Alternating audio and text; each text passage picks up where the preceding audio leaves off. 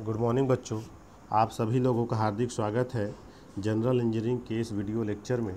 आज हम लोग इस वीडियो लेक्चर के माध्यम से सलेबस के अनुसार छठे चैप्टर एसी फंडामेंटल की शुरुआत करेंगे।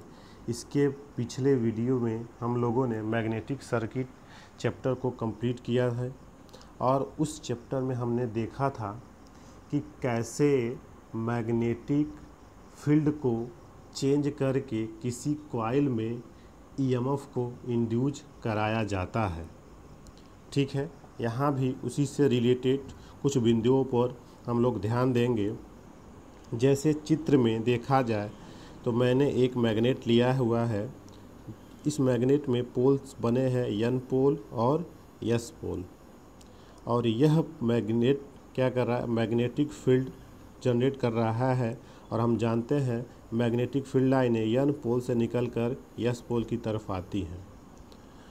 ठीक है, अब इस मैग्नेटिक फील्ड में जब हम इस कॉइल को रोटेट कराते हैं तो यह कॉइल इस मैग्नेटिक फील्ड को क्या करता है, कट करता है, जिसके कारण जैसा हम लोगों ने पीछे पढ़ा था कि Faraday law of electromagnetic induction में rate of change of flux is induce EMF. ठीक है, जो कॉइल में फ्लक्स लिंक कर रहा है अगर उसमें चेंज किया जाए तो कॉइल में एक ईएमएफ इंड्यूज होता है। वही सेम प्रोसेस यहाँ हो रहा है।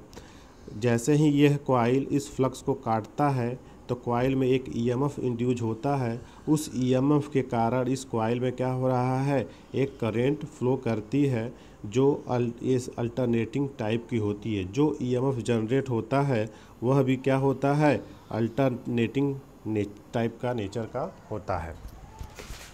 ठीक है, अल्टरनेटिंग कहने का मतलब क्या है कि जिस एक बार पॉजिटिव साइकिल और एक बार नेगेटिव साइकिल। कहने का मतलब कि हर एक इंटरवल के बाद वह अपनी पोलैरिटी को क्या करे, चेंज करे। ठीक है, वो जो साइनोसॉइडल वोल्टेज जनरेट हुआ, ठीक है, वो जो साइनोसॉइडल वोल्टेज या करंट जनरेट हुई, ठीक है, जिसकी अगर एक्सप्रेशन की बात करें हम, अल्टरनेटिंग वोल्टेज जिसको हम लोग V = Vm sin ओमेगा के से रिप्रेजेंट करते हैं।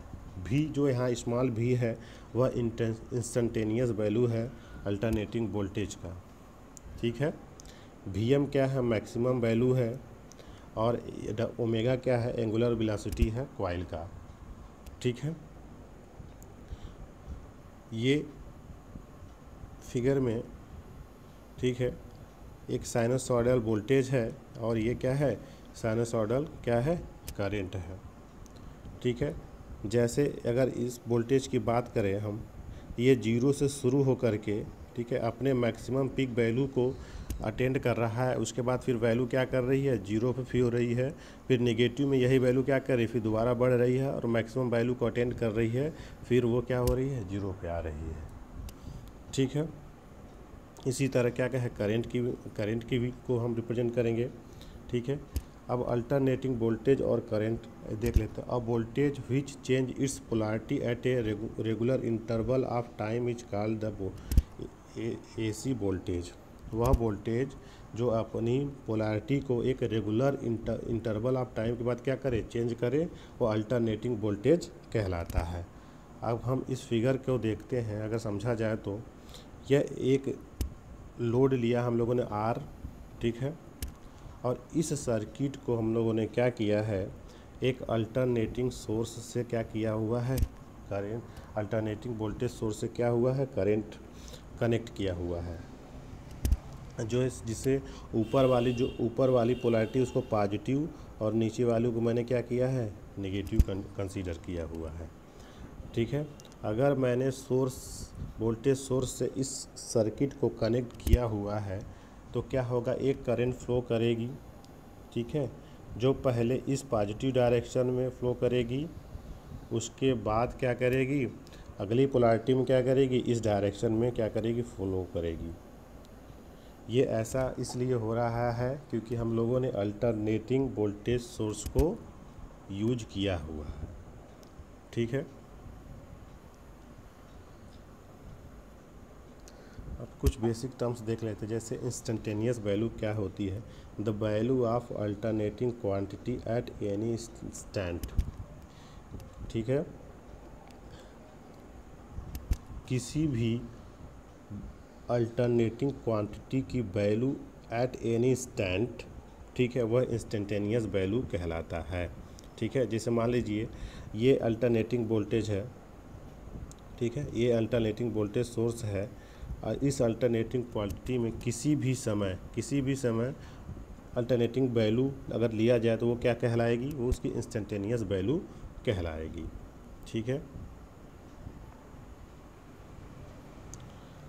साइकिल क्या होता है, one complete set of positive and negative value of alternating quantity is called the cycle. एक कंप्लीट सेट जिसमें क्या हो रहा है, पॉजिटिव भी वैल्यू आ रही है और नेगेटिव वैल्यू भी आ रही है। ठीक है, कंप्लीट सेट वो क्या कहलाता है, उसका एक साइकिल कहलाता है। कंप्लीट सेट जिसमें क्या है, पॉजिटिव और नेगेटिव दोनों आ रहे हैं। ठीक है, टाइम पीरियड क्या होता है, कंप्लीट पूरा एक साइकिल कंप्लीट करने में जितना समय लग रहा है वो उसका क्या कहलाता है, टाइम पीरियड कहलाता है। ठीक है, अगर उसी तरह फ्रीक्वेंसी की बात करें, the number of cycle per second is known as the frequency. ठीक है, एक सेकेंड में क्या है, कितने भी नंबर ऑफ साइकिल पूरा कंप्लीट कर रहा है वो इससे क्या कहलाता है, फ्रीक्वेंसी कहलाता है। फ्रीक्वेंसी को हम लोग क्या करते हैं, हर्ट्स नंबर ऑफ पर साइकिल या इसे मेजर करते हैं। इंडिया में क्या है, 50 हर्ट्ज की फ्रीक्वेंसी को अलाउ किया गया है। ठीक है, एम्पलीट्यूड क्या कहलाता है, मैक्सिमम किसी भी अल्टरनेटिंग क्वांटिटी का वह मैक्सिमम वैल्यू जो वो अचीव करता है वो उसका क्या कहलाता है, एम्पलीट्यूड कहलाता है। चाहे वो पॉजिटिव साइकिल में हो, चाहे वो क्या है, नेगेटिव साइकिल में हो, वो क्या उसका मैक्सिमम वैल्यू क्या कहलाएगा, वो उसका एम्पलीट्यूड कहलाएगा। पीक वैल्यू भी इसको बोलते हैं, एम्पलीट्यूड वैल्यू को ही पीक वैल्यू कहते हैं। ठीक है, अब जैसे यहाँ पे फॉर्म फैक्टर है, आरएमएस वैल्यू और एवरेज वैल्यू का जो रेशियो होता है वो क्या कहलाता है, फॉर्म फैक्टर कहलाता है। इसकी वैल्यू कितनी होती है, 1.11। आरएमएस वैल्यू और एवरेज वैल्यू का जो रेशियो होता है वो क्या कहलाता है, फॉर्म फैक्टर कहलाता है। और फॉर्म फैक्टर कितना होता है, 1.11। ठीक है, ध्यान रखिएगा कि फॉर्म फैक्टर क्या होता है, FRA, ऐसे याद कर लीजिएगा, FRA मतलब फॉर्म फैक्टर क्या होता है, आरएमएस वैल्यू और एवरेज वैल्यू का क्या होता है, रेशियो होता है फॉर्म फैक्टर। इसकी वैल्यू कितनी होती है, 1.11। ठीक है, ये ऑब्जेक्टिव में पूछा जा सकता है, इसीलिए ये सिलेबस में भी इंक्लूडेड, इसलिए मैं बता रहा हूँ। ये सब ध्यान रहे, डिफिनीशन आपको डिफिनीशन बहुत इंपॉर्टेंट है आप लोगों को फर्स्ट ईयर के लिए, ध्यान में रखिएगा डिफिनीशन। तो फॉर्म फैक्टर क्या होता है, आरएमएस वैल्यू और एवरेज वैल्यू का जो रेशियो होता है वो क्या कहलाता है, फॉर्म फैक्टर कहलाता है। इसी तरह पीक फैक्टर क्या कहलाता है, पीक फैक्टर मैक्सिमम वैल्यू, ठीक है, और आरएमएस वैल्यू। ठीक है, मैक्सिमम वैल्यू और आरएमएस वैल्यू का जो रेशियो होता है वो क्या कहलाता है, पीक फैक्टर कहलाता है। इसकी वैल्यू कितनी होती है, 1.414 होती है।